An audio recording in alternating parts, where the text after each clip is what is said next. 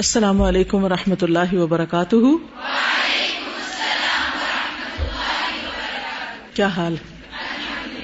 الحمدللہ۔ موسم کتنا اچھا ہو گیا نا، الحمدللہ۔ نحمده ونصلی علی رسولہ الکریم، اما بعد فاعوذ باللہ من الشیطان الرجیم، بسم اللہ الرحمن الرحیم، رب اشرح لی صدری ویسر لی امری واحلل عقدۃ من لسانی۔ حدیث نمبر 546۔ حدثنا محمد بن سلام اخبرنا الفزاری عن حمید عن انس رضی اللہ عنہ قال بلغ عبد الله بن سلام مقدم النبي صلى الله عليه وسلم المدينة فأتاه فقال إني سائلك عن ثلاث لا يعلمهن إلا نبي قال ما أول أشراط الساعة وما أول طعام يأكله أهل الجنة ومن أي شيء ينزع الولد إلى أبيه ومن أي شيء ينزع إلى أخواله فقال رسول الله صلى الله عليه وسلم خبرني بهن آنفا جبريل قال فقال عبد الله ذاك عدو اليهود من الملائكة فقال رسول الله صلى الله عليه وسلم اما اول اشراط الساعة فنار تحشر الناس من المشرق الى المغرب واما اول طعام يأكله اهل الجنة فزيادة كبد حوت واما الشبه في الولد فان الرجل اذا غشي المرأة فسبقها ماؤه كان الشبه له واذا سبق ماؤها كان الشبه لها قال اشهد انك رسول الله ثم قال يا رسول الله ان اليهود قوم بهت ان علموا باسلامي قبل ان تسألهم بهتوني عندك فجاءت اليهود ودخل عبد الله البيت فقال رسول الله صلى الله عليه وسلم اي رجل فيكم عبد الله بن سلام قالوا اعلمنا وابن اعلمنا واخيرنا وابن اخيرنا فقال رسول الله صلى الله عليه وسلم افرأيتم ان اسلم عبد الله قالوا اعاذه الله من ذلك فخرج عبد الله اليهم فقال اشهد ان لا اله الا الله وان محمدا رسول الله فقالوا شرنا وابن شرنا ووقعوا فيه۔ حدثنا محمد بن سلام، ہم سے محمد بن سلام نے بیان کیا، یہ وہی ہے محمد بن سلام البیکندی۔ کون سا واقعہ یاد ہے ان کی مناسبت سے؟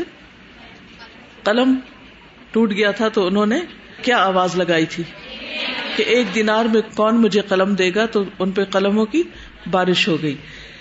صحابہ میں سے اس حدیث کو انس رضی اللہ عنہ نے بیان کیا ہے۔ قال کہتے ہیں بلغ عبد اللہ بن سلام، عبداللہ بن سلام کو یہ بات پہنچی۔ عبداللہ بن سلام یہود کے علماء میں سے تھے، اور جیسے کہ آگے بھی حدیث میں آ رہا ہے کہ نہ صرف یہ کہ یہ خود عالم تھے بلکہ ان کے والد بھی یہودی عالم تھے۔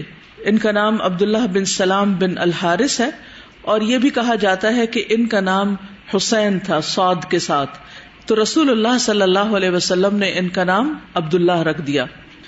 ان کے حق میں جنت کی گواہی بھی دی آپ صلی اللہ علیہ وسلم نے، اور یہ اسلام لانے سے قبل یہود کے اندر ایک بہت اہم مقام رکھتے تھے، ان کی بہت رسپیکٹ تھی۔ نبی صلی اللہ علیہ وسلم کی آمد کی خبر سن کر یہ آپ صلی اللہ علیہ وسلم کے پاس آئے، جیسے کہ اور بہت سے لوگ آ رہے تھے، اور اس موقع پر یہ واقعہ پیش آیا جس کی آگے تفصیل آئے گی۔ عبداللہ بن سلام جو ہیں یہ فتح نہامند کی جو فتح ہوئی تھی اس میں بھی شریک ہوئے تھے۔ 43 ہجری میں ان کی وفات ہوئی حضرت علی کی خلافت میں، اور تقریباً 70 سال ان کی عمر تھی اس وقت جب یہ فوت ہوئے۔ بلغ عبداللہ ابن سلام مقدم النبی صلی اللہ علیہ وسلم المدینۃ، عبداللہ بن سلام کو نبی صلی اللہ علیہ وسلم کی آمد کی خبر پہنچی مدینہ میں۔ مقدم یعنی قدوم، تشریف آوری۔ فأتاہ، تو وہ آپ کے پاس آئے۔ فقال، تو کہنے لگے، انی سائلک، بے شک میں سوال کرنے والا ہوں، سائل ہوں آپ سے، عن ثلاث، 3 چیزوں کے بارے میں، لا یعلمہن، نہیں جانتا انہیں، الا نبی، مگر ایک نبی ہی۔ یعنی وہ اس بات کو جاننا چاہ رہے تھے کہ کیا واقعی آپ اللہ کے نبی ہیں، کیونکہ ان کی کتابوں میں جو باتیں آخرت کے بارے میں اور مختلف چیزوں کے بارے میں ملتی ہیں وہ عربوں کے عوام کو نہیں معلوم تھی، کیونکہ ان کی کتاب صرف ان کے علماء ہی کے پاس ہوتی تھی. تو یہ تو خود عالم تھے، تو انہیں بہت سی باتوں کا پتہ تھا جو دوسروں کو نہیں پتا تھا. تو اس لیے انہوں نے نبی صلی اللہ علیہ وسلم سے یہ کہا کہ میں آپ سے 3 باتیں پوچھوں گا جس کا جواب صرف ایک نبی ہی دے سکتا ہے. قال کہتے ہیں کہ انہوں نے کہا ما اول اشراط الساعہ، کہ قیامت کی نشانیوں میں سے پہلی نشانی کیا ہے. وما اول طعام، اور کون سا کھانا سب سے پہلے یاکلہ کھائیں گے اس کو اہل الجنتی، جنت والے جنت میں جانے کے بعد سب سے پہلا کھانا کیا کھائیں گے. ومن ای شیء ينزع الولد الى ابیہ، اور کس چیز سے یا کس وجہ سے مشابہت رکھتا ہے بچہ اپنے باپ سے. ومن ای شیء ينزع الى اخوالہ، اور کس چیز سے وہ مشابہت رکھتا ہے اپنے ماموں سے. فقال رسول اللہ صلی اللہ علیہ وسلم، تو رسول اللہ صلی اللہ علیہ وسلم نے فرمایا خبرنی بہن آنفا جبریل، خبر دی ہے مجھے ان کے بارے میں ابھی ابھی، آنفن ابھی ابھی، جبریل نے. قالا کہا، فقال عبداللہ، تو عبداللہ نے کہا ذاک عدو الیہود من الملائکہ، یہ وہی جو ملائکہ میں سے یہود کے دشمن ہیں. فقال، تو نبی صلی اللہ علیہ وسلم نے اس بات کا جواب نہیں دیا. فقال رسول اللہ صلی اللہ علیہ وسلم، تو رسول اللہ صلی اللہ علیہ وسلم نے فرمایا اما اول اشراط الساعہ، جہاں تک قیامت کی نشانیوں میں سے پہلی نشانی کا تعلق ہے، فنار، تو ایک آگ ہوگی، تحشر الناس، جو اکٹھا کرے گی لوگوں کو، من المشرقی، مشرق کی طرف سے، الی المغربی، مغرب کی جانب. یعنی قیامت کی پہلی نشانی کیا ہے؟ ایک آگ ہے جو لوگوں کو مشرق سے مغرب کی طرف لے جائے گی. وَأَمَّا أَوَّلُ طَعَامٍ يَأْكُلُهُ أَهْلُ الْجَنَّةِ، اور جہاں تک پہلے کھانے کا تعلق ہے جسے جنت والے کھائیں گے، فَزِيَادَةُ، تو وہ بڑھا ہوا حصہ ہے، کبدی، کلیجی کا، حوتن، مچھلی کی کلیجی یا جگر کا لٹکا ہوا یا بڑھا ہوا حصہ ہے.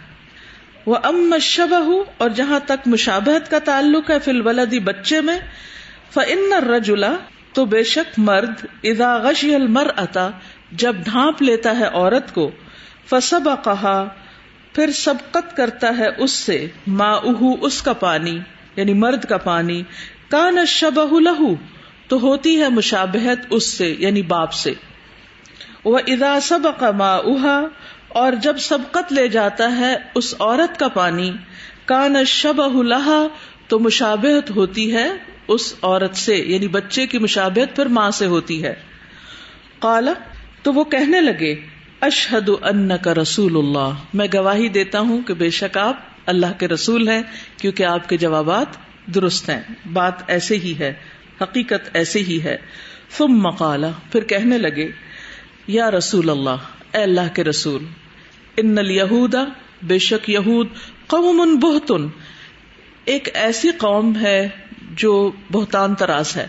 بہتن کا لفظ بہیت کی جمع ہے. بہیت کا لفظ جو ہے قرآن مجید میں آتا ہے فبہت الذی کفر. کیا معنی اس کا؟ حیران رہ گیا وہ شخص جس نے کفر کیا تھا، یعنی نمرود کی طرف اشارہ ہے، جس کا مناظرہ ہوا تھا ابراہیم علیہ السلام سے. جی، تو بہیت ہوتا ہے جو حیران کر دے. اچھا، تو اس کا تعلق بہتان سے کیسے ہے؟ یعنی جب کوئی کسی پر بہتان لگاتا ہے، جھوٹی بات کرتا ہے، تو وہ بھی دوسرے کو حیرانی میں ڈال دیتی ہے کہ یہ بات آئی کہاں سے، اس کی تو کوئی حقیقت ہی نہیں. تو یہاں مراد جس سے بہتان طراز ہیں. ان علموا باسلامی، اگر انہیں میرے اسلام کا علم ہو گیا، قبل ان تسألہم، اس سے پہلے کہ آپ ان سے پوچھیں، بہتونی عندک، تو وہ مجھ پر الزام لگا دیں گے آپ کے پاس. فجاءت الیہود، تو اس اسنا میں پھر یہود آ گئے نبی صلی اللہ علیہ وسلم کے پاس. ودخل عبداللہ البیت، تو عبداللہ بن سلام جو تھے وہ گھر کی طرف اندر کو چلے گئے. فقال رسول اللہ صلی اللہ علیہ وسلم، تو رسول اللہ صلی اللہ علیہ وسلم نے فرمایا ای رجل فیکم عبداللہ بن سلام، کیسے انسان ہے تم میں عبداللہ بن سلام؟ کس سے پوچھا؟ یہود سے پوچھا. قالو، تو بولے اعلمنا، ہم میں سب سے زیادہ علم رکھنے والے. عالم افعل تفضیل کا صیغہ ہے، اکبر عالم سب سے زیادہ علم والے ہیں، وابن عالمنا اور ہمارے سب سے زیادہ جاننے والے کے بیٹے ہیں، یعنی جس باپ کے بیٹے ہیں وہ بھی ہم میں سب سے زیادہ علم رکھتے تھے، وہ اخیرنا اور ہم میں سب سے زیادہ بہترین چنے ہوئے، وابن اخیرنا اور ہم میں سب سے زیادہ بہترین کے بیٹے۔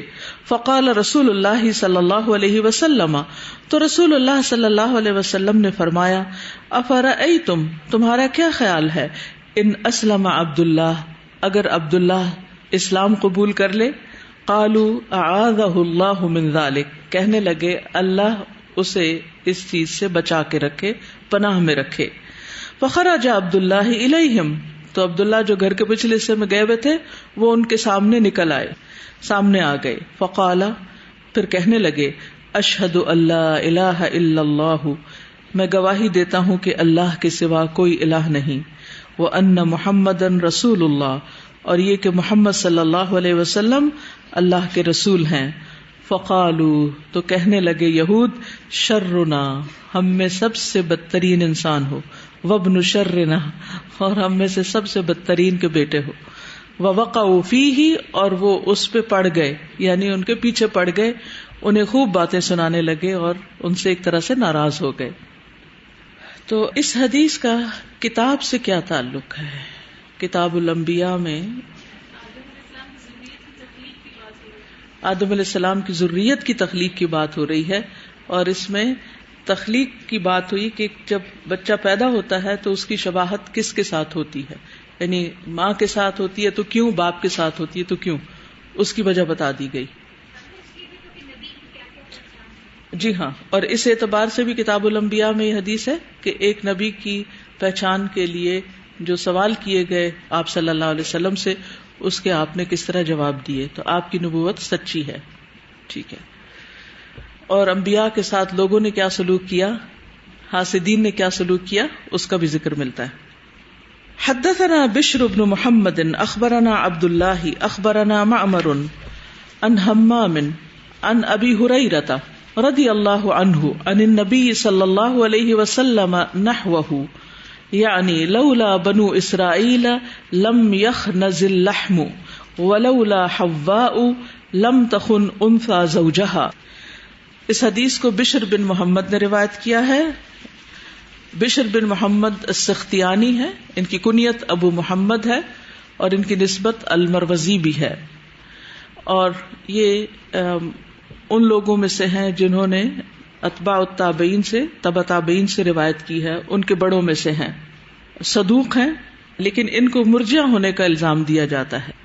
ابو حاتم بن حبان نے، یا ابن حبان جن کا مشہور نام ہے، انہوں نے اپنی کتاب الثقات میں ان کا ذکر کیا ہے اور کہا ہے کہ یہ مرجع تھے، لیکن کیونکہ حدیث روایت کرنے میں صدوق ہیں، ان شرائط پر پورا اترتے تھے، اس لیے امام بخاری نے ان سے حدیث روایت کی ہے۔ حدیث کے راوی ابو ہریرہ رضی اللہ عنہ ہیں، نبی صلی اللہ علیہ وسلم سے روایت کرتے ہیں، یعنی لولا بنو اسرائیل اگر نہ ہوتے بنو اسرائیل، لم یخنز اللحم تو نہ سڑتا گوشت، ولولا حواء اور اگر نہ ہوتی حوا، لم تخن تو نہ خیانت کرتی انسا کوئی عورت زوجہا اپنے شوہر سے۔ دو باتیں یہاں پتہ چلتی ہیں، ایک تو بنی اسرائیل کی وجہ سے گوشت کا سڑ جانا، اس کی وجہ یہ بتائی جاتی ہے کہ بنی اسرائیل نے من و سلوہ جو تھا وہ، یعنی سلوہ خاص طور پہ، من تو میٹھی چیز سے، سلوہ گوشت تھا پرندوں کا یا بٹیر کا کہا جاتا ہے، تو وہ انہوں نے جمع کرنا شروع کر دیا تھا، یعنی اس کو ذخیرہ کرنا شروع کر دیا تھا، تو پھر وہ سڑنے لگا، تو یہ سبب بنے گوشت کے سڑنے کا۔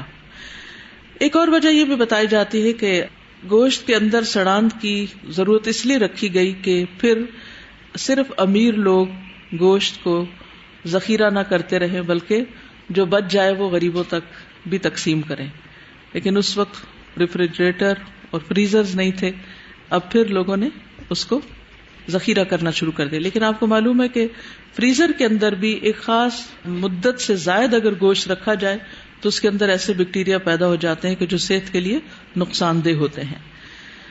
دوسری بات یہ کہ اگر حوا نہ ہوتی، حوا کا لفظ جو ہے یہ حیات سے ہے، اور اس کا مطلب یہ ہے کہ ہر زندہ کی ماں، یعنی ان کے نام کا مطلب یہ بتایا جاتا ہے. اشارہ ہے حضرت آدم کی بیوی کی طرف کہ اگر وہ نہ ہوتی تو عورتیں اپنے شوہر کو دغا نہ دیتی، خیانت نہ کرتی. اس طرح کی یہ بات صرف عورت کے بارے میں نہیں کہی گئی، وہ مختلف احادیث میں، جیسے کل بھی آپ نے پڑھا کہ آدم علیہ السلام جو تھے وہ بھول گئے تو ان کی ذریت بھی بھولنے لگی. کہاں بھولے تھے؟ داؤد علیہ السلام کو عمر دینے کے بارے میں. اسی طرح بھول کے درخت کا پھل کھا لیا تھا تو وہ بھول گئے تو ان کی ذریت بھی بھولنے لگی، ان کی وجہ سے بھولنے لگی، نہیں ان کی خصوصیت میں یہ بات رکھ دی گئی.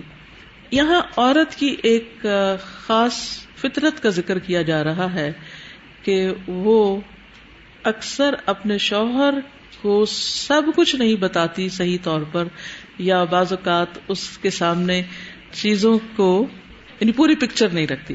یہاں خیانت سے مراد عورت کا شوہر کے خاص حق میں خیانت کرنا نہیں ہے، یعنی زنا کرنا یا کسی مرد کے ساتھ دوستی کرنا یا کوئی فحش کام کرنا وہ مراد نہیں ہے. اور نہ حضرت حوا نے ایسا کیا تھا. حضرت حوا نے کیا کیا تھا؟ کہا یہ جاتا ہے کہ شیطان نے سب سے پہلے حضرت حوا کو اس درخت کے پھل پر اکسایا تھا، اور پھر حوا نے حضرت آدم کے سامنے اس درخت کی تعریف کی تھی. تو اس بنا پر یعنی عورت جو ہے وہ مرد کو اپنی باتوں سے یا اپنے خاص انداز سے یا اپنے طریقے سے اپنے راستے پر لے آتی ہے، اور یعنی مرد اس سے دھوکہ کھا جاتا ہے. یہ مطلب تو یہ کہاں سے شروع ہوا؟ یعنی حضرت حوا سے شروع ہوا. اس کا یہ مطلب نہیں ہے کہ عورت کا یہ کرنا جو ہے وہ اس کے لیے جائز ہو گیا.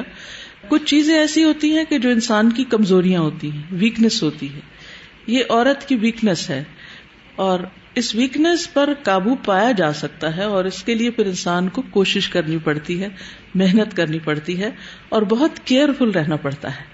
جیسے عورتیں جذباتی ہوتی ہیں تو ایک دم بعض اوقات غصے میں آ جاتی ہیں، ایک دم بعض اوقات منہ سے کوئی ایسی بات نکال دیتی ہیں، بارہا اپنے ساتھ عہد کرنے کے باوجود بھی کہ ہم غصے میں بات نہیں کریں گے، ہم زور سے بات نہیں کریں گے، ایسا نہیں کریں گے، ویسا نہیں کریں گے، پھر ہو جاتا ہے کیونکہ وہ طبیعت یا مزاج کی وجہ سے، کیونکہ اس کے مزاج میں ہے ایسی تیزی یا عجلت، یا اوور آل بھی انسان کے اندر عجلت ہے. انسان جو ہے وہ عجول پیدا کیا گیا ہے. تو اب جب انسان عجول پیدا کیا گیا، ضعیف پیدا کیا گیا ہے، تو یہ انسان کی کچھ ویکنیسز ہیں، اور انہی ویکنیسز کی بنا پر انسان ایک بہت بڑے امتحان میں ہے دنیا میں. اگر انسان کے اندر کوئی ویکنیس نہ ہوتی اور وہ اپنی ہر کمزوری پر قابو پا لیتا بہت آسانی کے ساتھ، تو پھر تو اس کا کوئی امتحان ہی نہیں تھا. تو ہماری ویکنیسز جو ہیں وہ ہمارا امتحان ہوتی ہیں، اور جب ہم ان پہ قابو پاتے ہیں تو پھر اجر بے پناہ ہوتا ہے. یعنی مراد اس سے کیا ہے؟ عورت کا اپنے شوہر سے کچھ چیزوں کو یا تو چھپا لینا، یا پھر اس کے بارے میں ایگزیجریٹ کرنا، مبالغہ آرائی کرنا، یا جو کام کروانا یا نکلوانا ہوتا ہے اس کو خوبصورت بنا کر پیش کرنا. اور یہاں پر ایک اور چیز جس کا ذکر کیا گیا ہے کہ لولا بنو اسرائیل، اگر بنو اسرائیل نہ ہوتے تو ایسا نہ ہوتا. مراد یہ ہے کہ یہ چیز بنو اسرائیل سے چلتی آ رہی ہے. بعض احادیث میں بنو اسرائیل کا ذکر آتا ہے، اور نبی صلی اللہ علیہ وسلم نے یہ بھی فرمایا ہے کہ حدثوا عن بنی اسرائیل ولا حرج، بنی اسرائیل سے روایات بیان کرو اور اس میں کوئی حرج نہیں. صرف شرط یہ ہے کہ ایز لانگ ایز وہ روایات جو ہیں وہ صحیح احادیث سے یا قرآن و سنت سے ٹکراتی نہ ہوں، ورنہ ان کی روایات سے فائدہ اٹھایا جا سکتا ہے. اور قدیم مفسرین نے بہت سی اسرائیلی روایات بیان بھی کی ہیں، اور بعض تو نبی صلی اللہ علیہ وسلم کے حوالے سے بیان کی ہیں. نبی صلی اللہ علیہ وسلم خود بنی اسرائیل کے بارے میں بارہا ذکر کیا کرتے تھے. عمران بن حسین کی روایت السلسلہ صحیحہ میں کہتے ہیں کہ رسول اللہ صلی اللہ علیہ وسلم ہمیں رات کا اکثر حصہ بنی اسرائیل کے بارے میں روایات بیان کرتے رہے. یعنی ایک موقع پر آپ نے رات کو دیر تک بنی اسرائیل کی باتیں کی، صرف عظمت نماز کی خاطر کھڑے ہوتے تھے. یعنی جب نماز پڑھنی ہوتی تو آپ کھڑے ہوتے، ورنہ آپ انہی کے بارے میں ذکر کرتے رہے. بنی اسرائیل کے بارے میں جو باتیں آپ نے بتائی ہیں ان میں سے ایک بات یہ ہے کہ بنی اسرائیل نے خود ایک کتاب لکھی اور اس کی پیروی کرنے لگے اور تورات کو ترک کر دیا. قرآن مجید میں بھی اس کا ذکر ملتا ہے کہ انہوں نے اپنی کتاب کو اپنی پیٹھ پیچھے ڈال دیا اور اپنی خواہشات کے پیچھے لگ گئے. یعنی اس قسم کا مفہوم آتا ہے. جی اپنے ہاتھوں سے بھی لکھنے لگے. رسول اللہ صلی اللہ علیہ وسلم نے فرمایا جب بنی اسرائیل کی مدت دراز ہو گئی فطال علیہم الامد کا آتا نا قرآن مجید میں ذکر، اور ان کے دل سخت ہو گئے فقست قلوبہم، تو انہوں نے خود ایک ایسی کتاب ترتیب دی جو ان کے دلوں کو پسند اور زبانوں کو میٹھی تھی، یعنی اللہ کی کتاب کے مقابلے میں. اور اس وقت حق بھی وہی ہوتا تھا جو ان کے اور ان کی خواہشات کے ارد گرد منڈلاتا تھا، یہاں تک کہ انہوں نے اللہ کی کتاب کو اپنی پیٹھوں کے پیچھے پھینک دیا گویا کہ یہ لوگ کچھ بھی نہیں جانتے، کأنہم لا یعلمون. اور انہوں نے ایک خود ساختہ کتاب کو بنی اسرائیل پر پیش کیا، یعنی اپنے پاس سے یکتبون الکتاب بایدیہم ثم یقولون ھذا من عند اللہ، یہ قرآن میں بھی اس کا ذکر ہے، اسی سے متعلق یہ حدیث ہے. اور پھر انہوں نے کہا کہ یہ خود ساختہ کتاب بنی اسرائیل پر پیش کرو، اگر وہ تمہاری پیروی کرنے لگے تو انہیں کچھ نہ کہو، اور اگر مخالفت کریں تو ان کو قتل کر دو، یعنی جو کہے کہ یہ تو اصل کتاب نہیں ہے تو تم اس کو جان سے مار ڈالو. لیکن کسی نے کہا نہیں، بلکہ یوں کرو کہ فلاں عالم کے پاس پیغام بھیجو، اگر اس نے تمہاری پیروی کر لی تو اس کے بعد پھر کوئی بھی تم سے اختلاف نہیں کرے گا.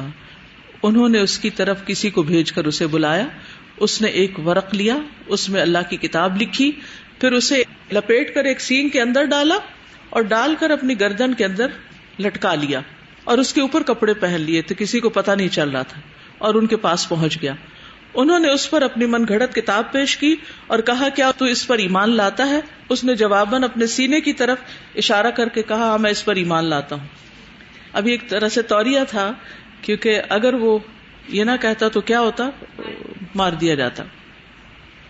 تو اس پر انہوں نے اس کا راستہ چھوڑ دیا. تو اس کے کچھ ساتھی تھے جو اس کی مجلس میں بیٹھتے تھے، جب وہ فوت ہو گیا اور اس کے کپڑے اتارے گئے تو انہیں وہ سینگ نظر آیا جس کے اندر اصل کتاب تھی. تو انہوں نے کہا جب اس نے یہ کہا تھا کہ میں اس کتاب پر ایمان لایا ہوں، اور ایمان کیوں نہ لاؤں، تو اس کی مراد یہ کتاب تھی جو سینگ میں موجود ہے. تو اس پر یہ کہ اصل کتاب کا بھی کچھ حصہ ان کے پاس پھر رہا، لیکن ان باتوں کی وجہ سے بنی اسرائیل کے اندر بہت سے فرقے بن گئے اور بنی اسرائیل 71 فرقوں میں بٹ گئے. اور ان میں سب سے بہتر فرقہ وہ تھا جو اس سینگ والی کتاب پر ایمان رکھتا تھا، یہ اس کی تعلیمات کی پیروی کرتا تھا. یعنی اگرچہ ان کے اندر بھی احکامات خلط ملط ہو گئے تھے، لیکن اس کے باوجود بھی صحیح دین کسی نہ کسی شکل میں ان کے اندر موجود رہا ہے. اور آپ دیکھیے کہ ان کو کس قدر مشکلات کا سامنا تھا اصل دین کی حفاظت کرنے کے لیے. اس سے کچھ ملتے جلتے حالات اور واقعات آج بھی پائے جاتے ہیں.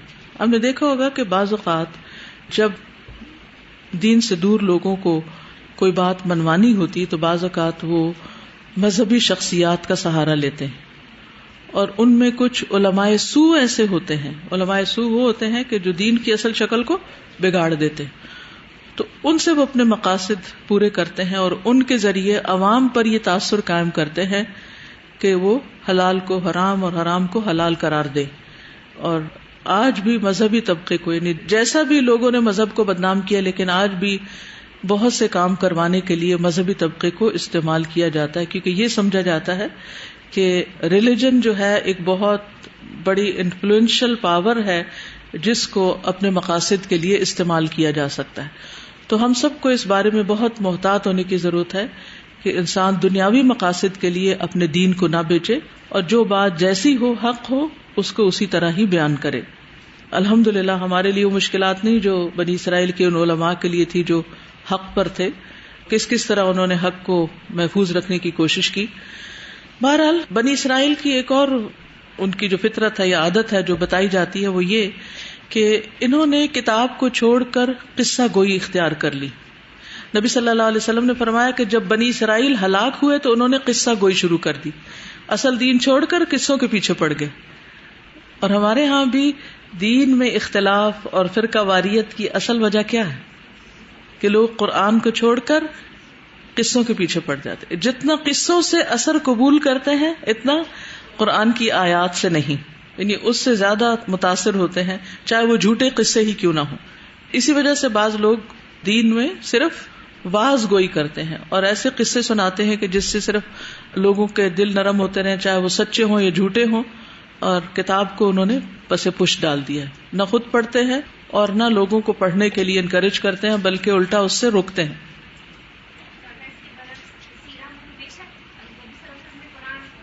جی ہاں، سیرت کو ہم پڑھتے ہیں تو ہم دیکھتے ہیں کہ نبی صلی اللہ علیہ وسلم نے جب بھی دین کی دعوت دی کسی کے سامنے تو قرآن کے ذریعے دی، قرآن کی تلاوت کی، قرآن کی طرف بلایا لوگوں کو.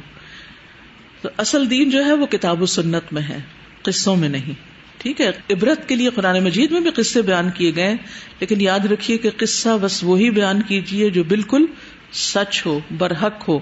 نام نہاد من گھڑت قصے بیان کر کے لوگوں کی توجہ حاصل کرنا اور لوگوں کو دین کی طرف لانا یہ درست طریقہ نہیں. بنی اسرائیل کے فرقوں کے بارے میں آپ نے فرمایا کہ بنی اسرائیل 71 فرقوں میں تقسیم ہوئے، میری امت 72 میں تقسیم ہو جائے گی.